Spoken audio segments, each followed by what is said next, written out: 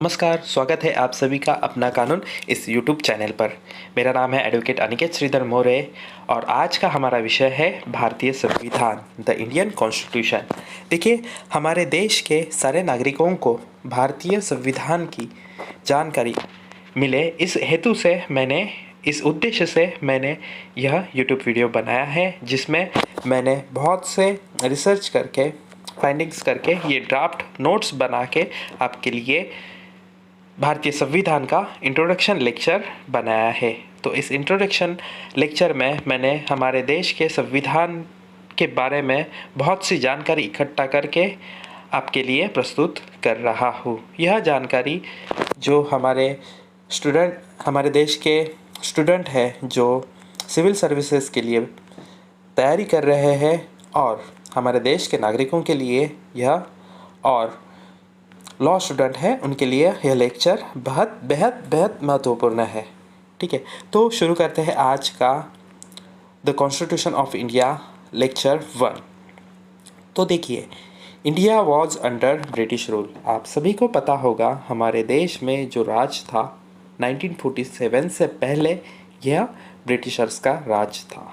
ठीक है, 1858 से लेके 1947 तक हमारे देश पे ब्रिटिशर्स ने राज किया, यानी रूल किया। ठीक है, उसके बाद 15 अगस्त 1950 को हमारे देश को स्वतंत्र मिला। ठीक है, द सेम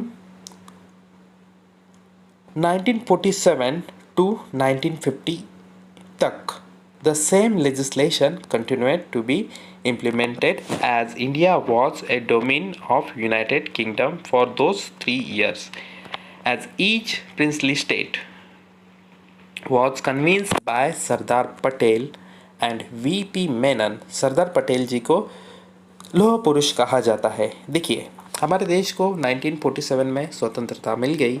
उसके बाद हमारे देश पे जो राज था ब्रिटिशर्स का था।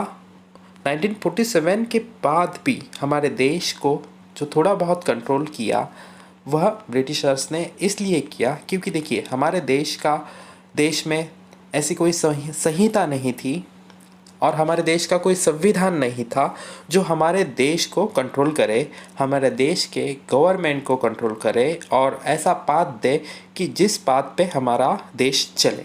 तो ठीक है, भारतीय संविधान एक ऐसा कानून है जो जिस बेसिस पे, जिसके रास्ते हमारा देश चलता है। ठीक है, रूल करता है। हमारा संविधान हमारे देश को गवर्न करता है। हमारा देश का पूरा मैकेनिज़्म, पूरा सिस्टम, हमारे देश के सारे सिस्टम यह भारतीय संविधान पे चलते हैं। हमारा देश जो रूल होता है वह भारतीय संविधान से होता है। तो सुप्रीम लॉ जो है हमारे देश का भारतीय संविधान है। तो देखिए, 1947 को हमें जैसे ही ब्रिटिशर से स्वतंत्रता मिली, लेकिन हमारे देश को चलाने के लिए कोई संविधान नहीं था, इसलिए ब्रिटिशर्स फिर भी हमारे देश को कंट्रोल करते रहे। ठीक है, उस वक्त हमारे देश को एक इंटीग्रेट करने हेतु सरदार पटेल जी का बहुत बड़ा योगदान है। सरदार पटेल जी को लौह पुरुष भी कहा जाता है। इनका योगदान जो है वह उन्होंने कन्विंस किया था प्रिंसली स्टेट को to sign the article of integration. हमारे देश में सभी राज्यों को, सभी प्रांतों को एक होने के लिए सरदार वल्लभ भाई पटेल और वीपी मेनन जी ने बहुत महत्वपूर्ण भूमिका निभाई है। And the British government continued to be responsible for external security of the country. देखिए, हमारे देश को ब्रिटिशर्स से स्वतंत्रता मिली थी, पर फिर भी हमारे देश में ऐसा कोई संविधान नहीं था जिसके रास्ते हमारा देश, जिसके बेसिस पे हमारा देश गवर्न हो। तो इसलिए हमें एक्सटर्नल सिक्योरिटी की ज़रूरत थी। यानी देखिए, हमारे देश में राज ब्रिटिशर्स के अलावा पोर्तुगीज, डच, फ्रेंच इन्होंने भी किया था। तो हमारे देश में कई एक्सटर्नल आक्रमण ना हो, इसलिए ब्रिटिशर्स ने हमें एक्सटर्नल सिक्योरिटी दी थी। ठीक है, तो उसके बाद the constitution of India repeal the Indian independence act 1947 and the government of India act 1935। देखिए, यह दो एक्ट हमारे संविधान से पहले बनी थी। The Indian independence act 1947 and the government of India act 1935। यह दोनों कानून ब्रिटिश पीरियड के कानून हैं।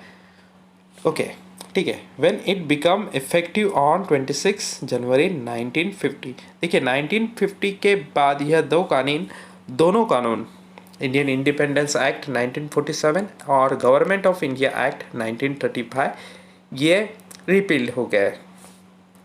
ठीक है, उसके बाद 26 जनवरी 1950 को जब हमारे देश के नागरिकों ने हमारे देश के भारतीय संविधान को स्वीकृत किया, तो हम सेसेट यानी उसके बाद हम डोमिनियन ऑफ ब्रिटिश क्राउन नहीं कहे गए। उसके बाद हम sovereign democratic republic with the constitution. देखिए, हमारे संविधान ने हमें सोवर्जिनिटी दी, यानी हम सोवर्जिन हुए, स्वतंत्र हुए, डेमोक्रेटिक प्रजासत्ताक हो गए, रिपब्लिक प्रजा का राज जो है हमारे देश पे हुआ।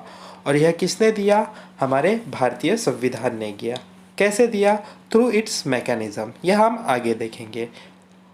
उसके अलावा हम कुछ बातें जानेंगे। देखिए, इन 1928 यह शुरुआत थी। In 1928, the All Parties Conference convened a committee in Lucknow to prepare the Constitution of India, which was known as the Nehru Report. देखिए, सबसे पहले जो संविधान के लिए प्रिपरेशन हुआ था, कॉन्फ्रेंस हुई थी, वो 1928 में हुई थी। उसे नेहरू रिपोर्ट कहा जाता है। यह बात आप याद रखना, ठीक है। उसके बाद देखिए, डॉक्टर बाबा साहब अम्बेडकर जो थे वो चेयरमैन थे of the drafting committee presenting the final draft of the Indian constitution to constituent assembly. उन प्रेसिडेंट थे राजेंद्र प्रसाद जी ऑन 25 नवंबर 1949। देखिए, हमारे जो ड्राफ्टिंग कमेटी के चेयरमैन थे डॉक्टर बाबा साहब अम्बेडकर जी, उन्होंने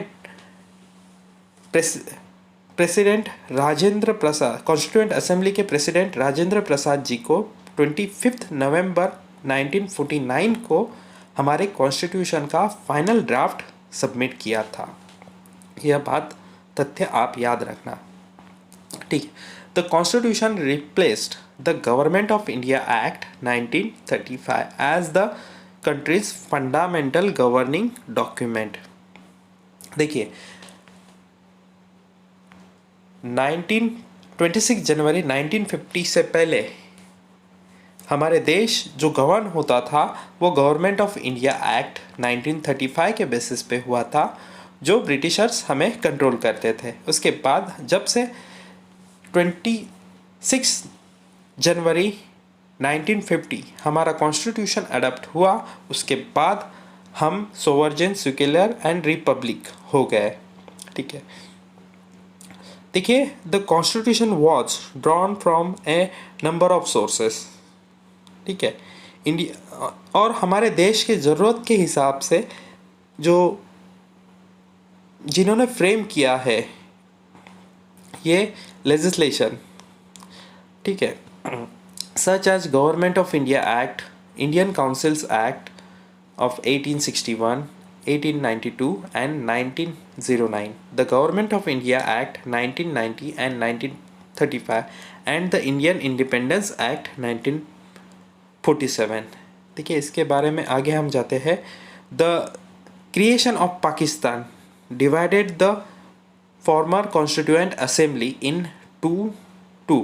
The Amendment Act 1935 is also a very important step for making the constitution for two newborn countries.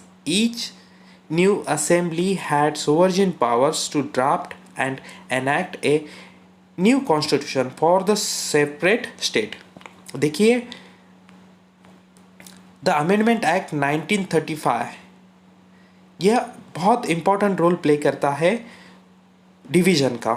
देखिए, पाकिस्तान और हमारा देश इंडिया, इनका डिवीज़न होने में, ठीक है, इस डिवीज़न में दो कॉन्स्टिट्यूएंट असेंबली बनाई है और ये दोनों कॉन्स्टिट्यूएंट असेंबली फ्री थे, एक दूसरे सोवर्जिन थे उनका ड्राफ्ट बनाने में। देखिए, हम सभी जानते हैं हमारा जो इंडियन कॉन्स्टिट्यूशन है 26 जनवरी 1950 को हम सारे देशवासियों ने एक्सेप्ट किया था, स्वीकृत किया था। लेकिन हम यह नहीं जानते हैं कि हमारे कॉन्स्टिट्यूएंट असेंबली ने 26 नवंबर 1949 को हमारा जो भारतीय संविधान का ड्राफ्ट है वह कॉन्स्टिट्यूएंट असेंबली ने प्रेजेंट किया था। उस वक्त हमारे जो कॉन्स्टिट्यूशन ड्राफ्ट था उसमें article 5, article 6, article 7, article 8, 9, 60, 324, 366, 367, 379, 380, 388, 391, 392, 393 and 394 of the constitution come into force on 26 November 1949। देखिए, हमारे देश का जो संविधान था वो 26 जनवरी को हमारे देश के नागरिकों ने स्वीकृत किया था। परंतु हमारे जो ड्राफ्टिंग कमेटी थी उन्होंने जिस वक्त 26 नवंबर को 1949 को हमारा संविधान, जब कॉन्स्टिट्यूएंट असेंबली ने ये ड्राफ्ट कंप्लीट कर लिया था, उस वक्त हमारे देश के संविधान के कुछ प्रावधान एनफोर्स हुए थे 26 नवंबर 1949 से ही। तो देखिए, एनफोर्समेंट डेट, अगर आपको कॉम्पिटिटिव एग्ज़ाम में अगर यह सवाल पूछा जाता है कि अगर कोई भी आपको यह सवाल पूछता है कि एनफोर्समेंट डेट क्या है, तो 26 जनवरी 1950 है। ये हमारे देश के सारे नागरिकों ने संविधान स्वीकृत किया था, पर हमारे देश के संविधान के कुछ प्रावधान, कुछ आर्टिकल्स जो है 26 नवंबर 1949 को भी स्वीकृत किए गए हैं। देखिए, it was adopted by the constituent assembly of India on 26 November 1949 and become effective on 26 January 1950। But some of the articles, जैसे हमने प्रीवियस पॉइंट में डिस्कस किए हैं, वह आर्टिकल 26 नवंबर 1949 में इनफोर्स हुए थे, ठीक है। इट इज़ द, और एक तथ्य आप संविधान के बारे में जानना चाहते हो, बताना चाहूँगा, it is the longest written national constitution in the world. देखिए, हमारे देश का जो संविधान है वह सबसे लॉन्गेस्ट कॉन्स्टिट्यूशन है पूरे दुनिया में। The constitution of India is the supreme law of India. देखिए, हमारे देश में संविधान है वह सुप्रीम है, यानी सबसे बढ़ के। हमारे देश में संविधान से बढ़ के कुछ भी नहीं है, ठीक है। आगे बढ़ते हैं। It imparts constitutional supremacy since it was created a constituent assembly not by parliament and was adopted by its people with a declaration in preamble। देखिए, हमारे देश की जो प्रेम्बल है उसमें हमने कहा है we the people of India, और हम इस संविधान को स्वीकृत करते हैं। तो हमारे देश के नागरिकों ने इसे स्वीकृत किया है और कॉन्स्टिट्यूएंट असेंबली ने इसे ड्राफ्ट किया है। तो पार्लियामेंट इससे बढ़कर नहीं है, पार्लियामेंट से भी बढ़कर हमारे देश का संविधान है। और एक अगला point, parliament can not overread the constitution. देखिए, कॉन्स्टिट्यूशन से बढ़कर कोई भी कानून हमारे देश का पार्लियामेंट नहीं ला सकता या फिर पारित नहीं कर सकता है, और हमारे देश के संविधान से बढ़कर पार्लियामेंट नहीं है।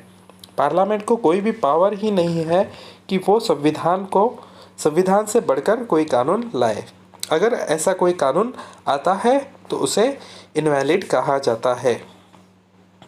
The constitution lays down the framework of fundamental political code structure, procedure, power and duties of government institution and sets out fundamental rights, directive principle and the duties of citizens। देखिए हमारा देश का जो संविधान है वह फंडामेंटल पॉलिटिकल कोड है, structure है, procedure, powers and duties of government. देखिए हमारे देश पे जो शासन है, देश का जो शासन है, उनकी ड्यूटीज़ क्या है, उनके पावर क्या है, हमारे देश का शासन कैसे चलेगा, उसका प्रोसीजर, हमारे देश के शासन का स्ट्रक्चर, यह सारी बातें हमारे संविधान में। इसके अलावा हमारे संविधान में सेट आउट फंडामेंटल राइट्स, हमारे सारे नागरिकों के मूलभूत अधिकार हमारे संविधान ने दिए हुए हैं। इसके अलावा हमारे संविधान में डायरेक्टिव प्रिंसिपल्स है, वह स्टेट पॉलिसी के यानी मार्गदर्शक तत्व जो बताते हैं हमारे राज्य को, हमारे स्टेट को कि हमारे देश के सिटीजन्स के लिए क्या करना चाहिए। ठीक है, उसके बाद ड्यूटीज़ ऑफ सिटीजन्स। देखिए इसके बारे में मैं और डिटेल में बताना चाहता हूँ कि हमारे देश के जो डायरेक्टिव प्रिंसिपल्स है,